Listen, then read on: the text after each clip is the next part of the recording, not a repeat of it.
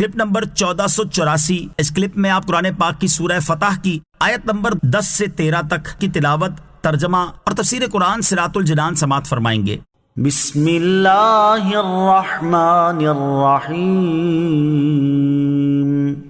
ترجمہ، اللہ کے نام سے شروع جو نہایت مہربان رحمت والا ہے۔ ان الذین یبایعونک انما یبایعون اللہ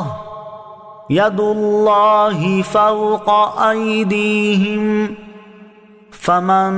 نکث فإنما ينکث علی نفسہ ومن اوفى بما عاهد عليه الله فسيؤتيه اجرا عظيما۔ ترجمہ، بے شک جو لوگ تمہاری بیعت کرتے ہیں وہ تو اللہ ہی سے بیعت کرتے ہیں، ان کے ہاتھوں پر اللہ کا ہاتھ ہے، تو جس نے عہد توڑا تو وہ اپنی جان کے خلاف ہی عہد توڑتا ہے، اور جس نے اللہ سے کیے ہوئے اپنے عہد کو پورا کیا تو بہت جلد اللہ اسے عظیم ثواب دے گا۔ ان الذین یبایعونک انما یبایعون اللہ، بے شک جو لوگ تمہاری بیعت کرتے ہیں وہ تو اللہ ہی سے بیعت کرتے ہیں۔ اس سے پہلی آیات میں حضور اقدس علیہ الصلوۃ والسلام کی رسالت اور اس کے مقاصد بیان ہوئے، اور اس آیت میں یہ بتایا جا رہا ہے کہ جس نے نبی کریم علیہ الصلوۃ والسلام سے بیعت کی اس نے اللہ تعالیٰ سے بیعت کی۔ چنانچہ اس آیت کا خلاصہ یہ ہے کہ اے پیارے حبیب صلی اللہ تعالیٰ علیہ وآلہ وسلم، بے شک جو لوگ آپ کی بیعت کرتے ہیں وہ تو اللہ تعالیٰ ہی سے بیعت کرتے ہیں، کیونکہ رسول سے بیعت کرنا اللہ تعالیٰ ہی سے بیعت کرنا ہے، جیسے کہ رسول کی اطاعت اللہ تعالیٰ کی اطاعت ہے، اور جن ہاتھوں سے انہوں نے نبی کریم علیہ الصلوۃ والسلام کی بیعت کا شرف حاصل کیا ان پر اللہ تعالیٰ کا دست قدرت ہے، تو جس نے عہد توڑا اور بیعت کو پورا نہ کیا وہ اپنی جان کے خلاف ہی عہد توڑتا ہے، کیونکہ اس عہد توڑنے کا وبال اسی پر پڑے گا۔ جس نے اللہ تعالیٰ سے کیے ہوئے اپنے عہد کو پورا کیا تو بہت جلد اللہ تعالیٰ اسے عظیم ثواب دے گا۔ سيقول لك المخلفون من الأعراب شغلتنا أموالنا وأهلنا فاستغفر لنا يقولون بألسنتهم ما ليس في قلوبهم قل فمن يملك لكم من الله شيئا إن أراد بكم ضرا أو أراد بكم نفعا بل كان الله بما تعملون خبيرا بل ظننتم أن لن ينقلب الرسول والمؤمنون إلى أهليهم أبدا وزين ذلك في قلوبكم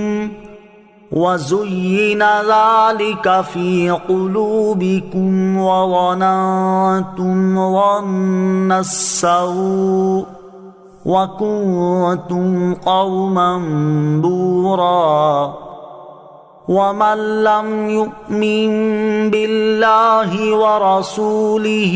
فَإِنَّا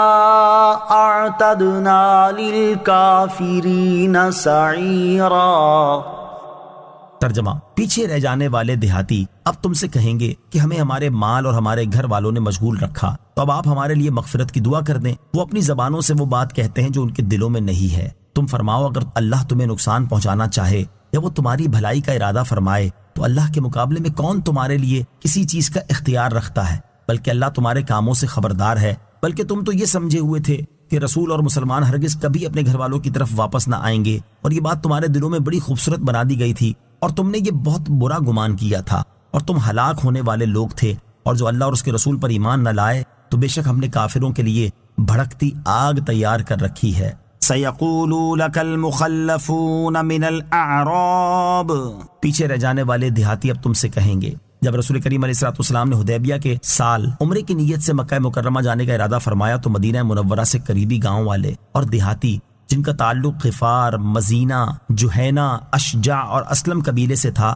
کفار قریش کے خوف سے آپ کے ساتھ نہ گئے، حالانکہ نبی اکرم علیہ الصلوۃ والسلام نے عمرے کا احرام باندھا تھا اور قربانی کے جانور بھی ساتھ تھے، جس سے صاف ظاہر تھا کہ جنگ کا ارادہ نہیں ہے۔ پھر بھی بہت سے دیہاتیوں پر جانا بھاری ہوا اور وہ کام کا بہانہ بنا کر وہیں رہ گئے، اور حقیقت میں ان کو گمان یہ تھا کہ قریش بہت طاقتور ہیں، اس لیے مسلمان ان سے بچ کر نہ آئیں گے۔ بلکہ سب وہیں ہلاک ہو جائیں گے۔ اس آیت اور اس کے بعد والی آیت میں ان دیہاتیوں کے بارے میں خبر دیتے ہوئے اللہ تعالیٰ نے ارشاد فرمایا، اے حبیب علیہ الصلوۃ والسلام، اللہ تعالیٰ کی مدد سے معاملہ ان دیہاتیوں کے خیال کے بالکل برخلاف ہوا ہے، اور جب اس کی خبر پہنچے گی تو انہیں آپ کے ساتھ نہ جانے پر افسوس ہوگا۔ جب آپ واپس آئیں گے اور پیچھے رہ جانے والے دیہاتیوں پر عتاب فرمائیں گے تو وہ معذرت کرتے ہوئے آپ سے کہیں گے، ہمیں ہمارے مال اور ہمارے گھر والوں نے مشغول رکھا، کیونکہ عورتیں اور بچے اکیلے تھے، کوئی ان کی خبر گیری کرنے والا نہ تھا، اس لیے ہم آپ کے ساتھ جانے سے قاصر رہے۔ تو اب آپ ہمارے لیے مغفرت کی دعا کر دیں تاکہ اللہ تعالیٰ ہمارے اس قصور کو معاف کر دے جو ہم نے آپ کے ساتھ نہ جا کر کیا۔ اے حبیب علیہ الصلوۃ والسلام، یہ لوگ عذر پیش کرنے اور مغفرت طلب کرنے میں جھوٹے ہیں،